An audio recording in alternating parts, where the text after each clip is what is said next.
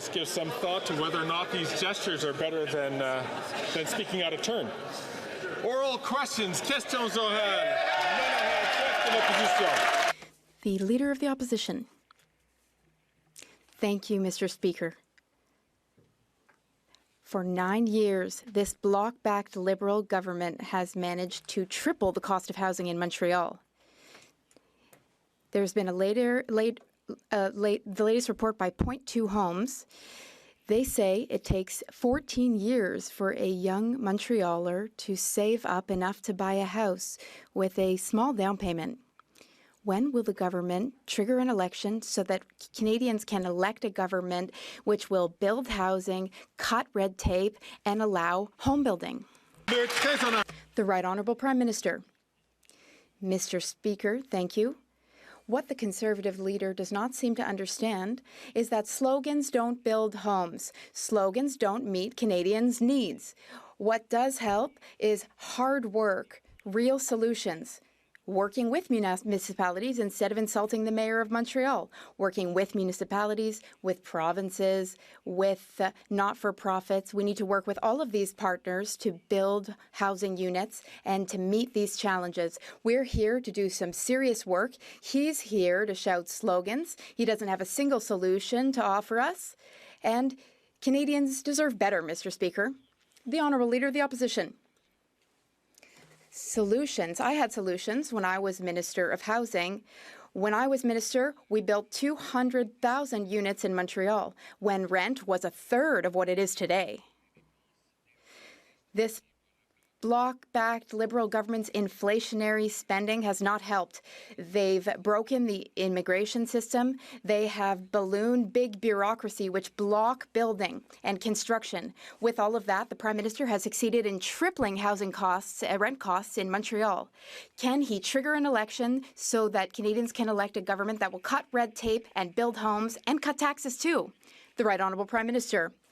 Mr. Speaker, the Leader of the Opposition does not want to cut taxes because, in fact, he voted against our bill to cut GST for purpose-built rentals for lower-priced units. We're here to build housing units. If any housing was built during his time as a housing minister, it was despite his efforts, or lack thereof, because he built a grand total of 6 affordable units when he was housing minister under Mr. Harper.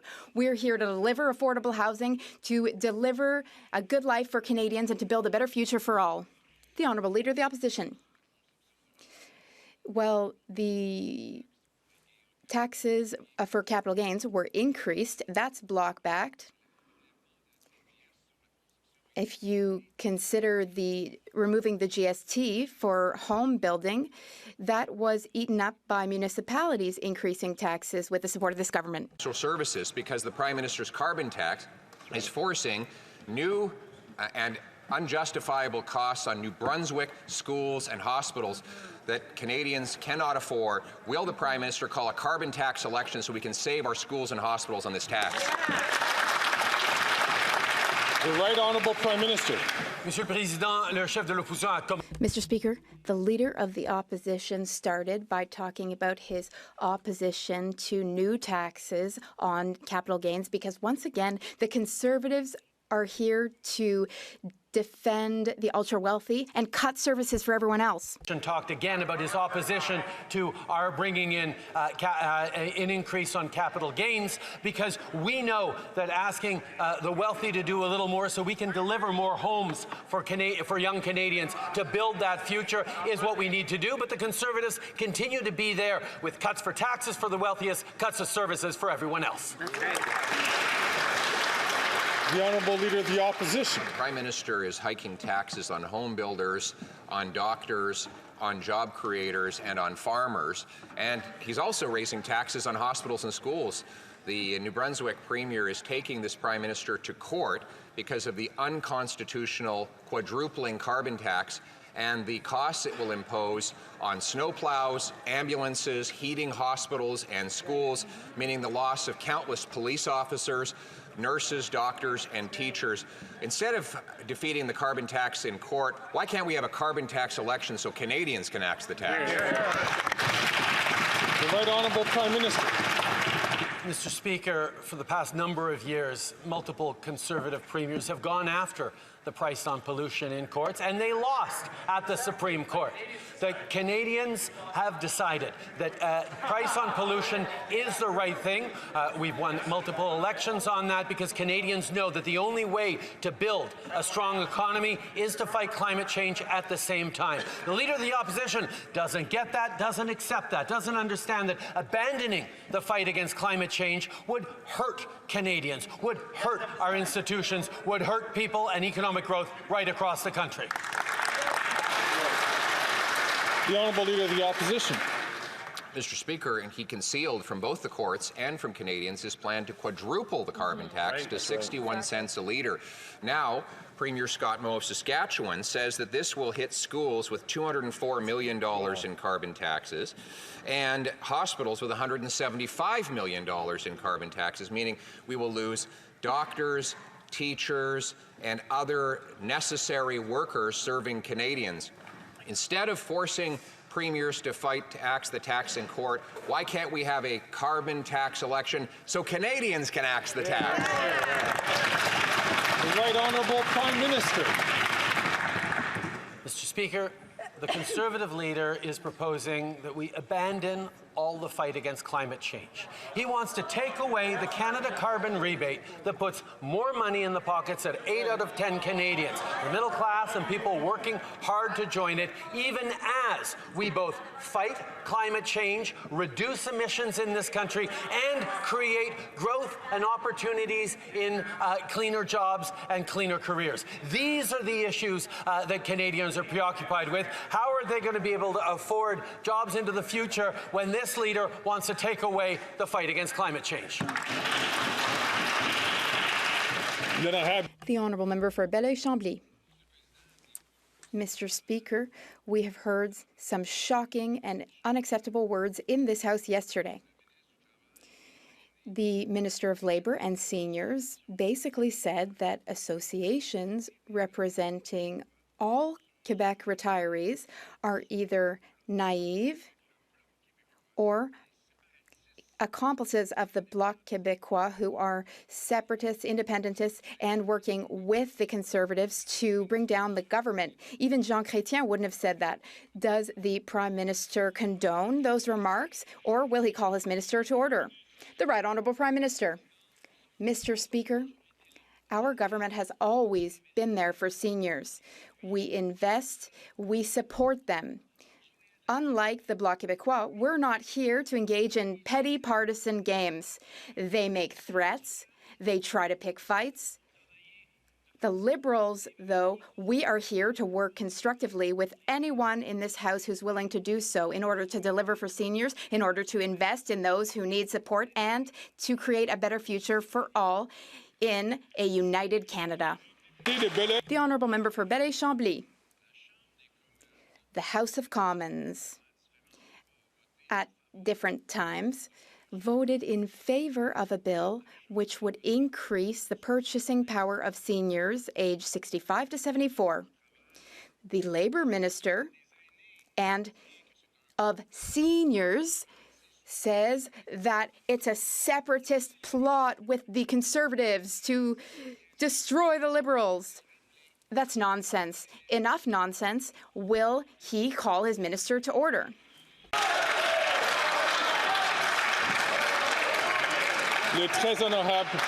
The Right Honourable Prime Minister. Mr. Speaker, let's all remember that when our government chose to bring the retirement age back down to 65 from Mr. Harper's 67 years, the Bloc Québécois voted against it. They voted against seniors.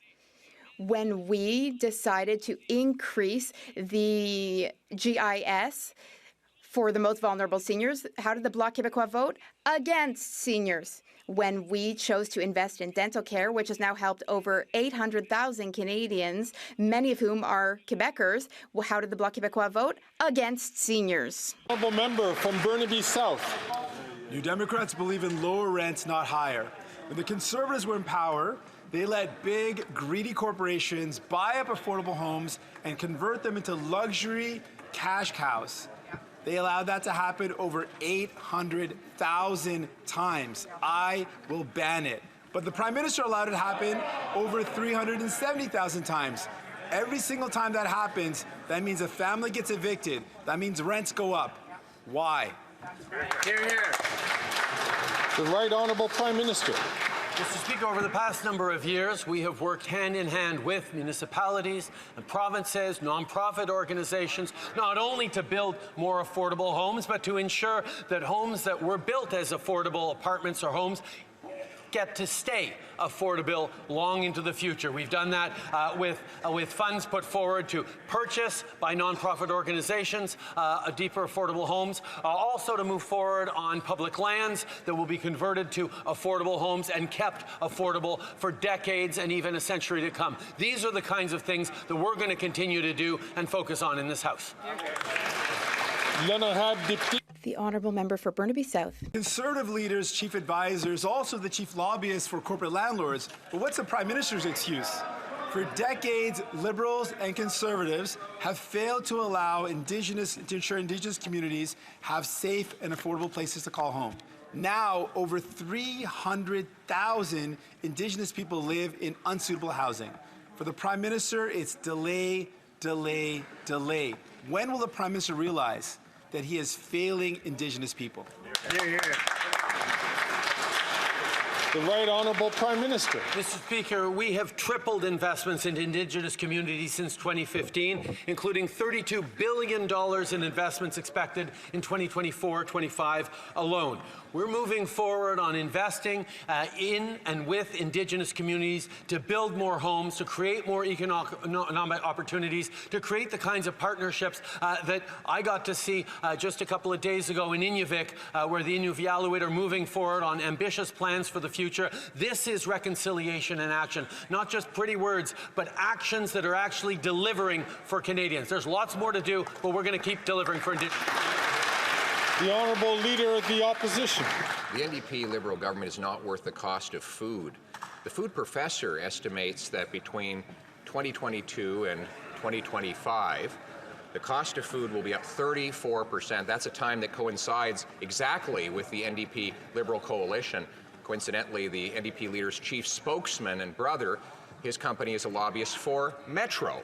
But the food professor blames the increase on carbon taxes on farmers and truckers who bring us our food. Before Canadians go hungry, why won't the Prime Minister allow a carbon tax election so Canadians can axe the tax? The Right Honourable Prime Minister. Mr. Speaker, farmers across this country are feeling the impacts of the extreme weather events that come from climate change, whether it's droughts or wildfires or floods. We are seeing the costs of climate change every single day.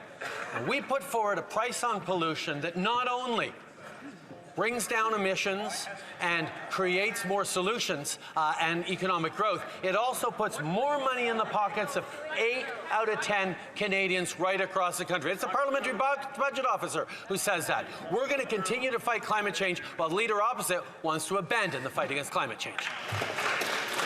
The Honourable Leader of the Opposition. The Prime Minister loves to blame the rest of the world for the rampant food price inflation here at home. But the food professor proves that narrative false. He has calculated that food prices have risen 36% faster in Canada than in the United States of America. What does Canada have that the Americans don't have? 2 words: carbon tax. So instead of forcing Canadians to line up at food banks, why won't he let them line up to vote in a carbon tax election? The Right Honourable Prime Minister.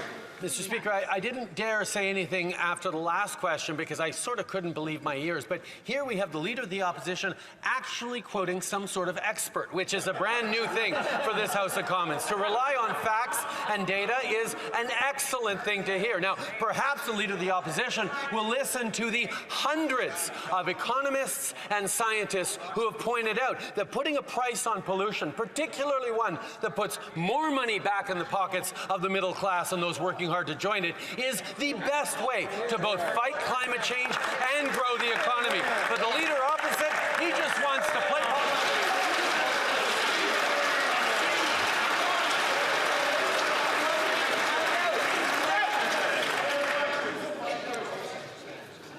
Colleagues, I ask all members, including the member from Peterborough, Haliburton Brock, to please only take the microphone, take the floor when he's recognized by the Speaker. The Right Honourable Prime Minister, Honourable Leader of the Opposition.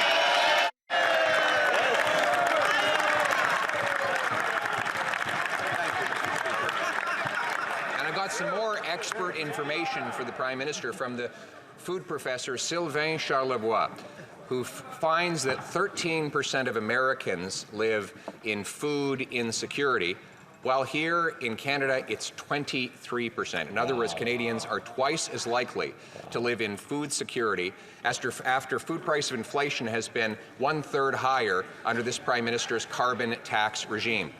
Again, instead of blaming others or forcing Canadians to go hungry, why not a carbon tax election so that Canadians can axe the tax and afford their food? The Right Honourable Prime Minister. Mr. Speaker, while the Leader of the Opposition is playing politics, we're focused on delivering solutions.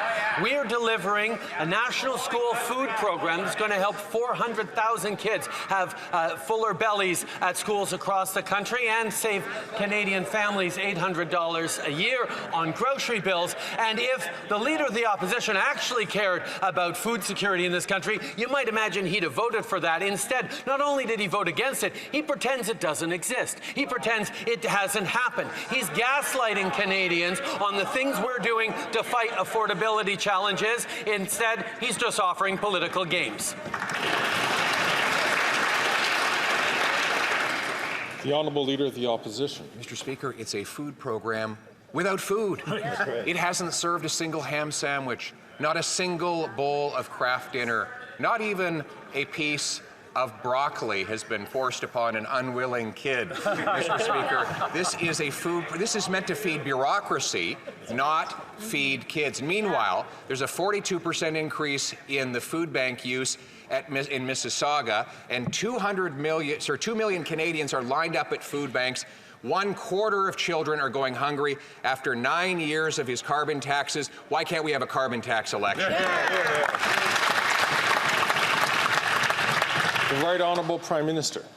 Mr. Speaker, if the Leader of the Opposition actually cared about vulnerable Canadians, he'd be offering solutions, not just more politics. He stood against the price on pollution. Colleagues, we're going to ask the Right Honourable Prime Minister to start from the top. Mr. Speaker, this campus conservative turned career politician doesn't actually care about Canadians. What he is actually doing is proposing to take money out of the pockets of 8 of the 10 Canadians who do better with the Canada carbon rebate while we fight climate change. He stood against dental care that is delivering for over 800,000 people across this country, something he still says doesn't exist. He's standing against a school food policy that is helping 400,000 kids get better food across the country. He stood against childcare. He has stood against affordability measures.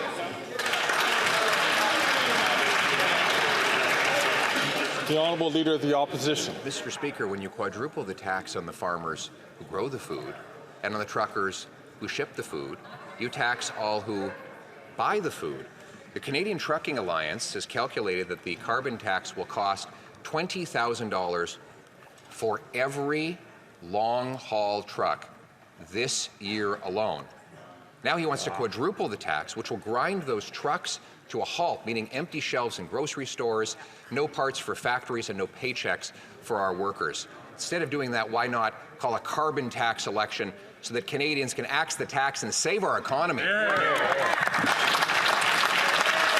Right Honourable Prime Minister. Mr. Speaker, I suspect that like me, you have noticed that the leader of the opposition is particularly full of shameless slogans today.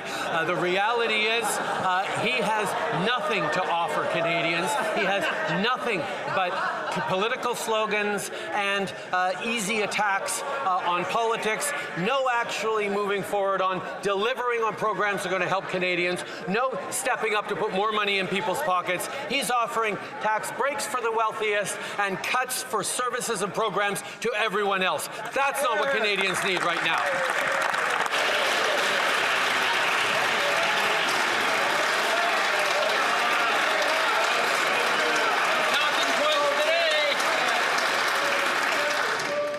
I'd like to remind the Right Honourable Prime Minister and all members of this House that this is not an avenue where we want to go down. It can easily get out of control, and I would suggest that we don't go that close to the line. The Honourable Leader of the Opposition. Order.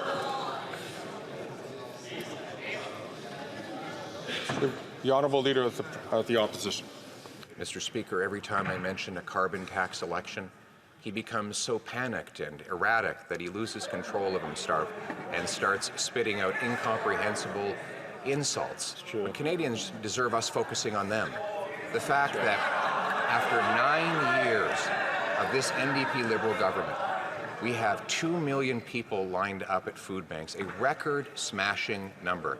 After 9 years, 1 in 4 kids are going to school hungry. Before more kids go to school hungry, why can't we have a carbon tax election so that Canadians can axe the tax and afford their food? The Right Honourable Prime Minister. Mr. Speaker, the Canada Carbon Rebate puts more money in the pockets of 8 out of 10 Canadians right across the country. It supports the middle class and people working hard to join it while we successfully fight against climate change, reduce emissions, and grow the economy. But the leader opposite still doesn't understand that you can't have an economic plan if you don't have an environmental plan. His plan is to abandon the fight against climate change, leave Canadians to their own devices, lower taxes for the wealthiest, and leave everyone else to fend for themselves. That's not what Canadians do. The Honourable Member for Belleuil-Chambly.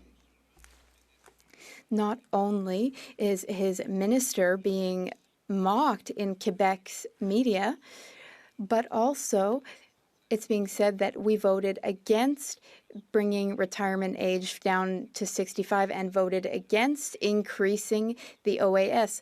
But it was always buried in bills with other interference and measures which were unacceptable for Quebec. The Prime Minister and his minister are misleading people.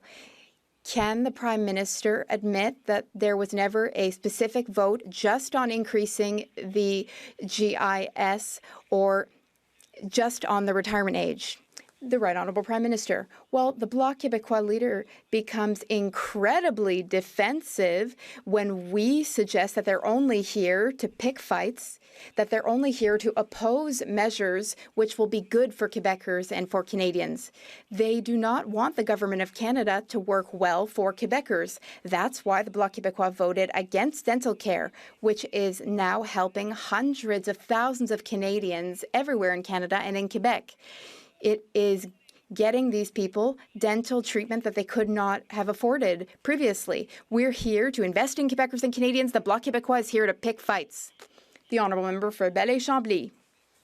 The Prime Minister defends horror stories worthy of Halloween, even though this Halloween might be his last as Prime Minister. Up to 1 million Quebecers, up to 4 million Canadians are affected by the Bloc Québécois bill. The Prime Minister has not clearly replied to our question. The Prime Minister allowed his minister to insult the intelligence of organizations which represent seniors. Does the Prime Minister realize that he is causing financial vulnerability among 4 million Canadians, which includes 1 million Quebecers? The Right Honourable Prime Minister. Mr. Speaker, We have clearly shown that we are always there for seniors. We always invest in seniors, and we invest in the most vulnerable. That's what we did when we increased the GIS by $1,000 for the most vulnerable seniors. This is what we're doing in helping older seniors have a bit more money in their pockets because they live longer and sometimes their savings run out, all while costs are rising. We will always be here to listen and to think about how we can best support seniors. We will always support seniors, we'll always be there for seniors, but we will not be there for block squabbles. The Honourable Leader of the Opposition. Magazine asked this question this week: why is Canada's economy falling behind America's? It goes on to note that national income per person was 80% of the US in Canada in the decade before the pandemic. It is now just 70%, the worst gap in decades. So will the Prime Minister doesn't answer my questions, maybe he'll answer the economist's questions. Why is our economy falling so far behind the Americans? Is it because of his quadrupling carbon tax? The Right Honourable Prime Minister. On the contrary, Mr. Speaker, one of the reasons why foreign direct investment is up by 60% since 2015 is because, contrary to what the Harper government put forward, we're actually leading on the fight against climate change, on green energy, on a responsible building for a sustainable future that means countries around the world want to invest. In fact, last year, Mr. Speaker, we were the third largest recipient in the world of foreign direct investment after US and Brazil, which makes us #1 in the G20 for people investing in Canada. We're going to continue to invest. The Honourable Leader of the Opposition. Speaker, Canada's workers get 55 cents of investment for every dollar an American worker gets, and only 65 cents for every dollar an OECD average worker gets, for a net 450 billion Canadian investment dollars have poured out into the U.S., more than have come back under this Prime Minister's 9 years. And The Economist points out that our GDP per capita is now lower than Alabama. And it says, and I quote, "Catching up to Alabama may soon seem like a distant dream." Why?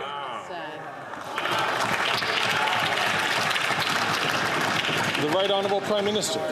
Mr. Speaker, Canadians are facing difficult times right now, which is why we made the choice to invest in things like dental care, like cutting child care fees in half for families right across the country, $10 a day in 6 jurisdictions across the country. Why we've chosen to step up on dental, why we're choosing to step up on pharmacare to deliver free insulin and prescription contraceptives to people who are having to make choices between their health and their rent or their food. These are the things we're choosing to make because we are putting the best balance sheet in the G7, the lowest deficit in the G7, in service of Canadians who need support. The Honourable Leader of the Opposition. Canada has the worst mortgage debt, the worst inflation, housing inflation, that is, and the most significant consumer debt of all G7 nations. Now, The Economist has asked the following question: why is Canada falling behind the American economy? The GDP per capita in Canada is only 70% of what it is in the States. So here is the question in The Economist: why are Canadians falling behind Americans? The Right Honourable Prime Minister.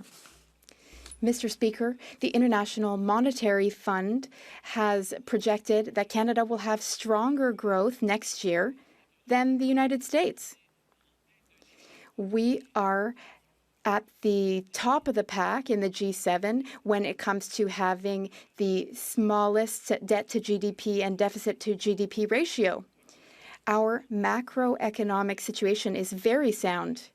Here's what we want to do for Canadians. We want to offer them services and programs which will help them, like dental care, like school food programs. We are here to invest. The Conservatives are here to cut. The Honourable Leader of the Opposition. The GDP, that is, the per capita growth in Canada, is lower today than it was 10 years ago. This is the worst GDP growth per capita of all Canadian prime ministers in decades. There's also been the most significant consumer debt of all G7 countries, and now our GDP per capita is lower than Alabama's, Mr. Speaker. How is it that while America is getting richer, Canadians and Canada are becoming poorer? The Right Honourable Prime Minister. Mr. Speaker, our population growth has been stronger than that of other G7 countries. That has also led to positive things. Our economy has grown. Our growth is speeding up. We're projected to grow our economy faster than the United States next year. We also have the best budget situation of all G7 countries. We are not opting for austerity and cuts like the Conservatives do. We prioritize the programs and services that Canadians need, because that's how we'll get through this. The Right Honourable Member for Rosemont-la-Petite-Patrie. Mr. Speaker, homelessness kills. It's not a picture, but it's a sad reality. People are dying in the streets. And that's why the federal housing advocate urged this Liberal government to take concrete action on the encampment crisis. Since then, nothing at all. The minister has done nothing. People are still spending the nights in their cars or on the street.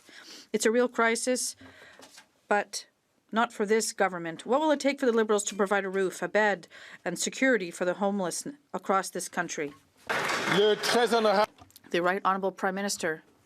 Mr. Speaker, we have invested hundreds of millions of dollars in municipalities across the country to help them invest and support people who are homeless.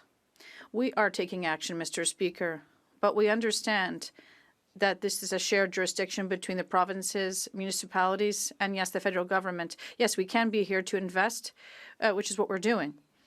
No one should have to sleep in the street in Canada, and that's why we're here to make the necessary investment with the municipalities and provinces. Unfortunately, it's something that the Conservatives want to cut.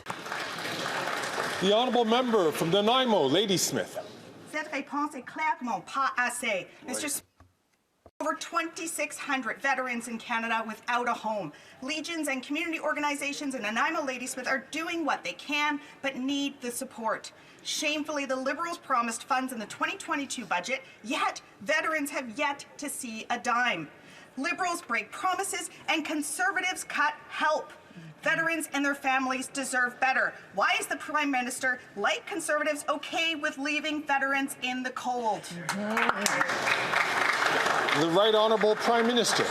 Speaker, when the Conservatives nickeled and dimed veterans and shuttered veteran services offices, we not only reopened them, but we invested tens of billions of dollars in more supports for veterans right across this country. We've continued to work with veterans organizations, with municipal authorities to deliver on more housing, on greater supports for veterans. We know there's more to do, but we have invested tens of billions of dollars in this issue, and we will continue to be there for veterans, unlike Conservatives that keep using them for photo ops and nickel and diming them at the same time.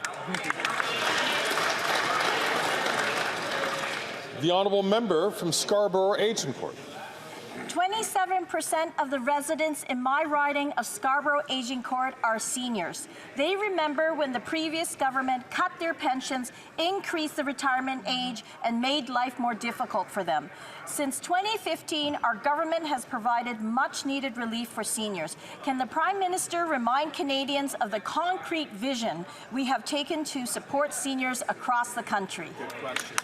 The Right Honourable Prime Minister. Mr. Speaker, I thank the member for Scarborough-Agincourt for her question and her hard work. She is right. Seniors remember the Harper era. One of the very first things we did when we got elected was to restore retirement age to 65 after the Conservatives raised it to 67, and we monumentally boosted seniors' benefits, both GIS and OAS. And today, 800,000 Canadians, many of them seniors, have been able to see the dentist thanks to our dental care program. While the opposition leader would bring seniors back to the Harper era, we've chosen fairness for every generation. The Honourable Leader of the Opposition. Not only has the Prime Minister and his government taxed Canadians into poverty, his former Environment Minister called single moms and small businesses arsonists because they opposed the carbon tax. Meanwhile, he ignored the warnings of his own Parks Department that the Jasper Valley had turned into a tinderbox. Warnings that go back to 2017, 7 years ago. Repeated warnings to clear the brush and do controlled burns. Why didn't his government do the job and prevent or mitigate this disastrous fire? Yes. The Right Honourable Prime Minister. Mr. Speaker, it is always astonishing to hear the Leader of the Opposition talk about the impacts of the extreme weather events related to climate change while he opposes any climate action at all. He has no plan to fight climate change, which means no plan for affordability, which means no plan for the future of the Canadian economy. We have a price on pollution that is putting more money back in the pockets of 8 out of 10 Canadians where it applies, and is bringing down emissions and creating growth and jobs. That's what Canadians need. The Honourable Leader of the Opposition. Mr. Speaker, he pretends you can put out forest fires with taxes. Clearly that has not worked. Rather, what he should have done is listen to his own officials who said that the mass buildup of fuel in the Jasper Valley as a result of dead trees needed to be addressed through controlled burns and other clearing methods, and also preparation so that we would have the ability to fight the fire if and when it ever started. All of this is documented in email correspondence and now testimony at a parliamentary committee. Instead of taxing Canadians into poverty, why didn't he fight forest fires? Here, here.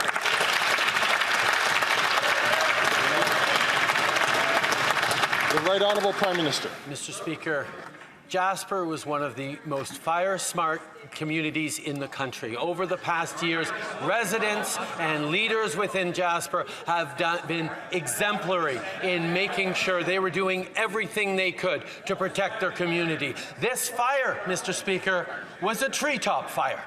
It jumped from treetop to treetop and through flaming pine cones kilometers ahead of it, which is what set this burn. This is a result of climate change, Mr. Speaker. Climate change he doesn't want to fight.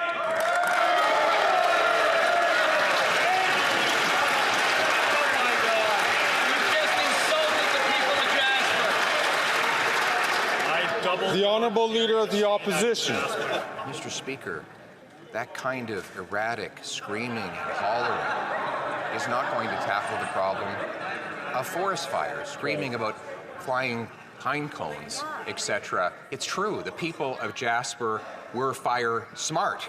The problem is that the government in Ottawa was fire stupid. They were warned.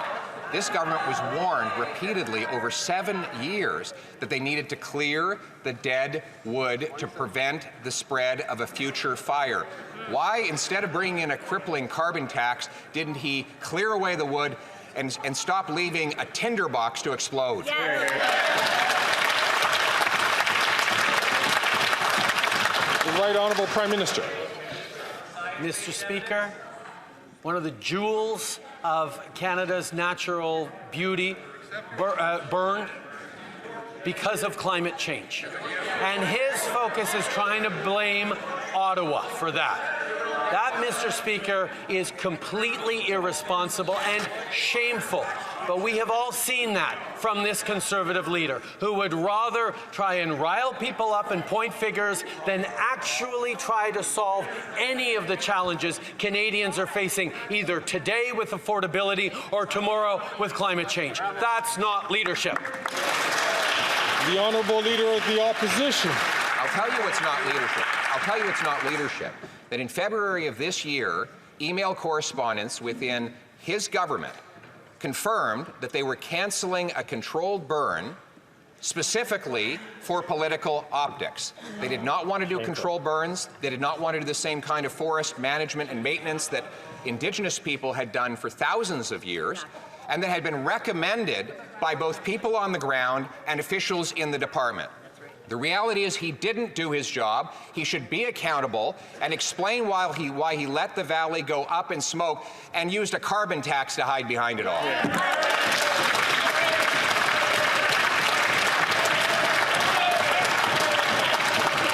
The Right Honourable Prime Minister.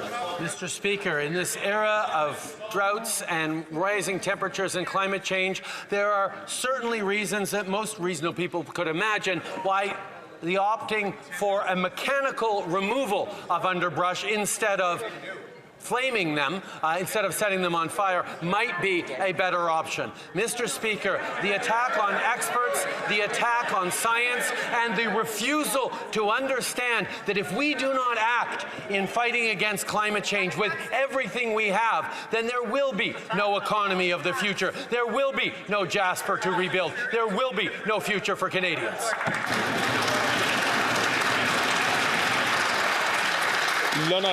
The Honourable Member for Belleuil-Chambly. Mr. Speaker, I have a question for the Prime Minister so he can continue to try to deliver. C-282 on supply management has been at the Senate for a year and a half. There's one article, one non-elected Senate. It seems to be controlling the Prime Minister. It's his senators, those he appointed, that are obstructing it. Will he require them to respect democracy and the choice of elected officials? The Right Honourable Prime Minister. Mr. Speaker, on many occasions, just also when we voted for this bill, we would like to reassure and ensure farmers, producers, and all Canadians that we're always going to protect supply management. That's what we're doing, and that's what we're going to always do. By renegotiating all other free trade agreements, we're going to protect supply management. The Senate is independent, Mr. Speaker. It does its work, and we're going to allow democracy to work without interference, but we are always clear we're going to defend supply management. The Honourable Member for Belleuil-Chambly. I always thought that the Prime Minister had a hard time understanding the notion of independence. But I think the issue with all this is that two bills that we're talking about between now and October 29th come from the bloc. Everyone here has already voted for them. When it's an issue, the money is there, the time is there, and the only majority that this Prime Minister has is the majority of members that risk losing their jobs. Can he make sure that democracy shows a little bit of leadership, the little bit he has left? The Right Honourable Prime Minister. Mr. Speaker, we've always worked for Canadians, and we're going to continue to do the work needed. While the bloc is seeking squirrels and playing political games, we're going to continue to deliver for Canadians, for dairy farmers, for seniors, for people who are counting on their government that is here not only to have a salary and have a pension, to be in the opposition. No, we're fighting every day for Quebecers and Canadians. The Honourable Leader of the Opposition. And yet, the Bloc is voting to keeping the Liberals in power, the government that's been the most centralizing in our history. And they interfere with Quebecers' jurisdiction, and particularly with the very radical Liberals that are going to kill thousands of jobs in the forestry sector. The Minister of the Environment in Quebec said that the Bloc has not defended jobs strongly enough in the Quebec regions. Will the Prime Minister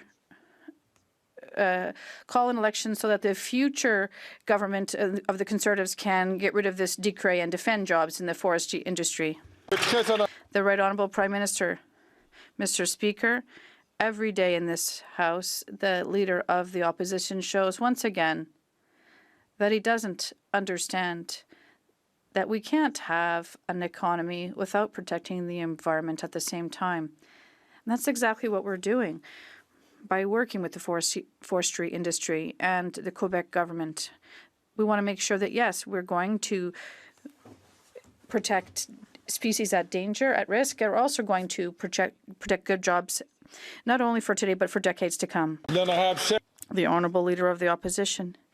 He's not protecting the environment or jobs. 280 workers will be losing their jobs in the Outaouais and elsewhere in Quebec because after 9 years and 3 U.S. presidents, this Prime Minister hasn't been able to solve the softwood lumber tariff issue. So will he call an elections to allow Quebecers to elect a government that will reach an agreement and protect jobs in the forestry sector? The Right Honourable Prime Minister. Mr. Speaker, during the NAFTA negotiations, the renegotiations where jobs in aluminum and steel across the country were at risk, we stood up to properly negotiate in the interest of Canadians, while the Conservatives were encouraging us to accept just anything the Americans are putting forward because we had to not irritate the Americans at any cost. We were there for deliver, not to stand down. We are here to work for Canadian workers and for the Canadian economy, and we're going to continue to do so. The Honourable Leader of the Opposition.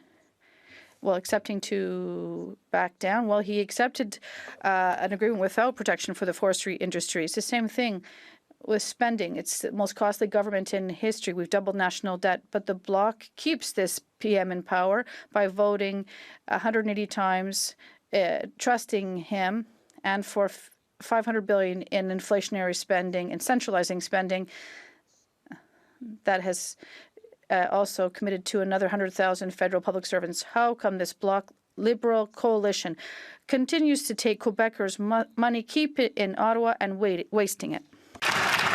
The Right Honourable Prime Minister. Mr. Speaker, Quebecers know full well what austerity costs and Conservative cuts cost. They lived through it during the Harper years. They have chosen a government that has trust in Canadians, that invests in Canadians, and that's exactly what we're doing. And that is why that we're putting more money back in the pockets of Canadians with our strong fiscal balance federally, track record that the Conservatives are denying, and they're proposing cuts in services and tax cuts for the richest. That's what Canadians and Quebecers don't want. The Honourable Member for Ottawa-Vanier.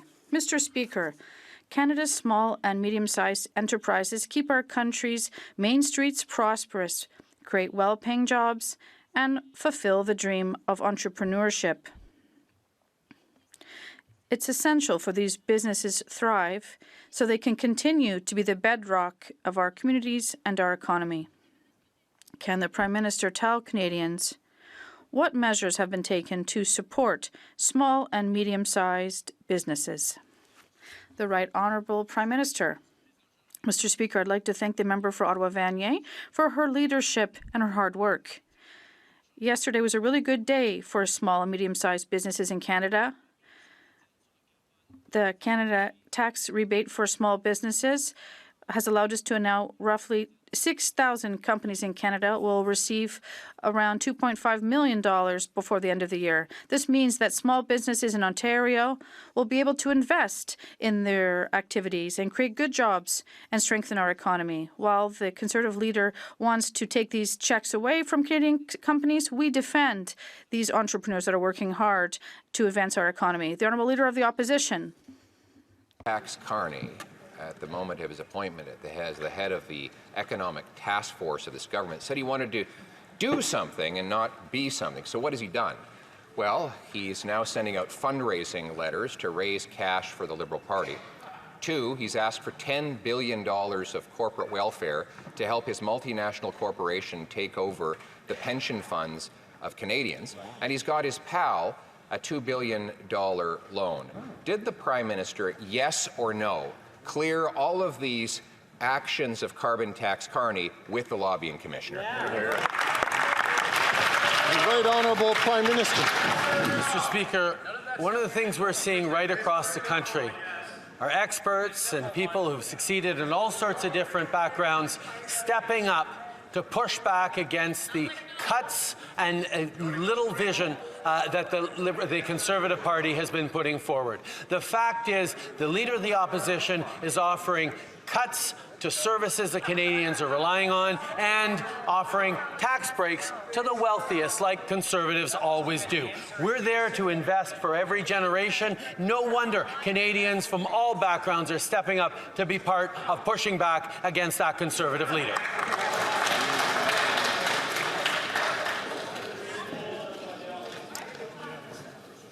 The Honourable Leader of the Opposition. You, Mr. Speaker, have said that this Prime Minister is violating the rules of the House by refusing to hand over SDTC documents on a corporate welfare scandal of $400 million that the Auditor General says involved 186 conflict of interest, where bureaucrats, top officials in this Liberal government, were giving millions of dollars to their own companies.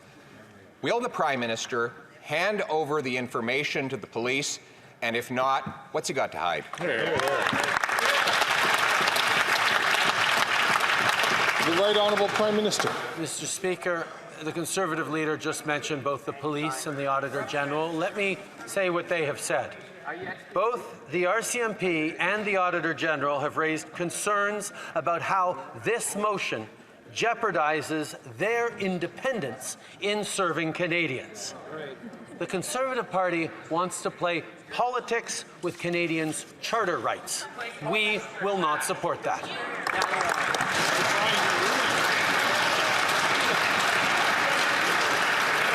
The Honourable Leader of the Opposition. So his idea of a charter right is that you have the right as a top government executive to take $400 million of other people's money and give it to your own company and then hide the criminal evidence from the police. Well, Mr. Speaker, Canadians have the charter right to know where their money went.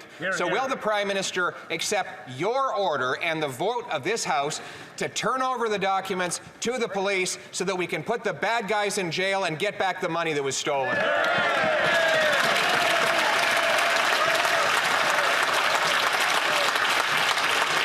Right Honourable Prime Minister.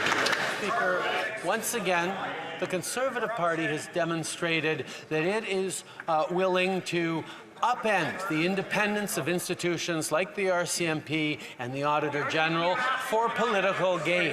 That is what they are proposing to do. They want to direct investigations. They want control over judicial processes in their details. The reality is, Mr. Speaker, that's banana republic style behavior that the Conservative Party is pushing. We will always stand up for Canadians' charter rights and the independence of our institutions.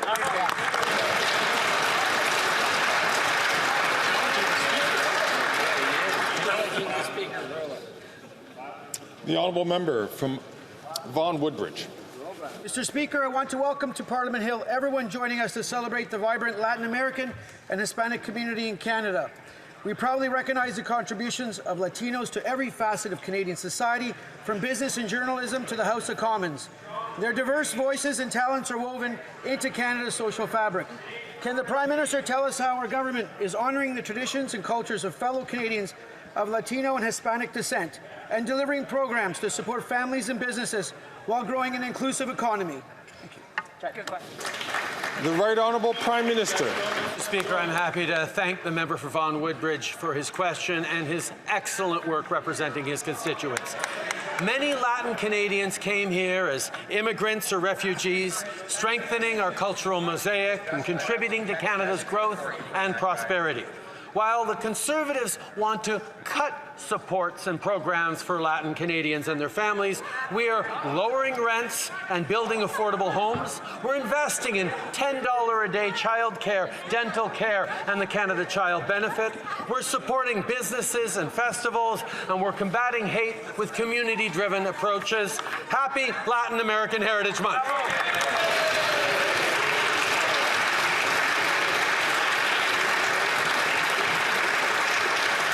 And I ask the honourable member from Lakeland to please not take the microphone, take the floor unless recognized by the Speaker. The honourable member from Port Moody, Coquitlam. Nice to hear the Prime Minister taking credit for all the wins that the NDP brought to this House.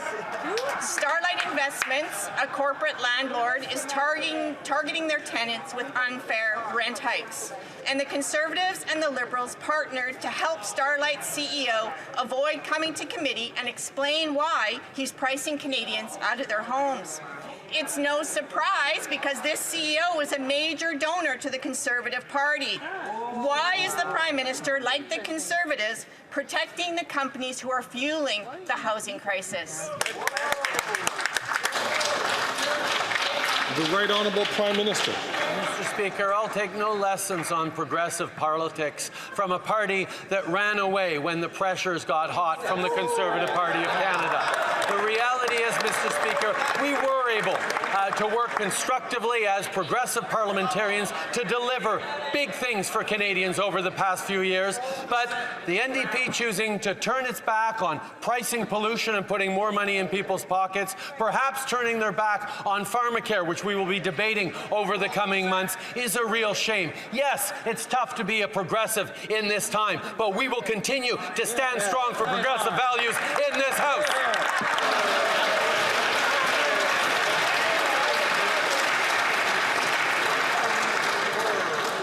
The honourable member from Spadina, Fort York.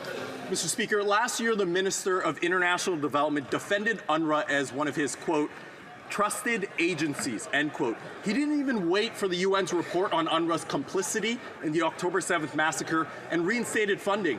This trusted agency is now requesting immunity for staff who took part in the terrorist attack that killed over 1,200 people.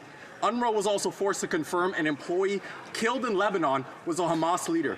Mr. Speaker, does the Prime Minister share his minister's trust for an agency that employs terrorists?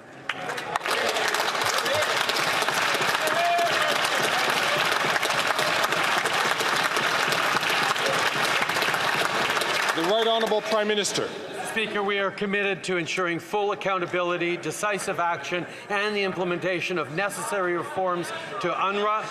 Right now, we need to respond to the horrific humanitarian crisis in Gaza, and that's exactly what we're doing. We're calling for a ceasefire in Gaza. We're calling for a ceasefire between Hezbollah and Lebanon, between Hezbollah and Israel. We know that we condemn Iran for its horrific attack. Israel has the right to respond, but we certainly hope there is not further escalation of this conflict as it spreads further and further and harms more civilians.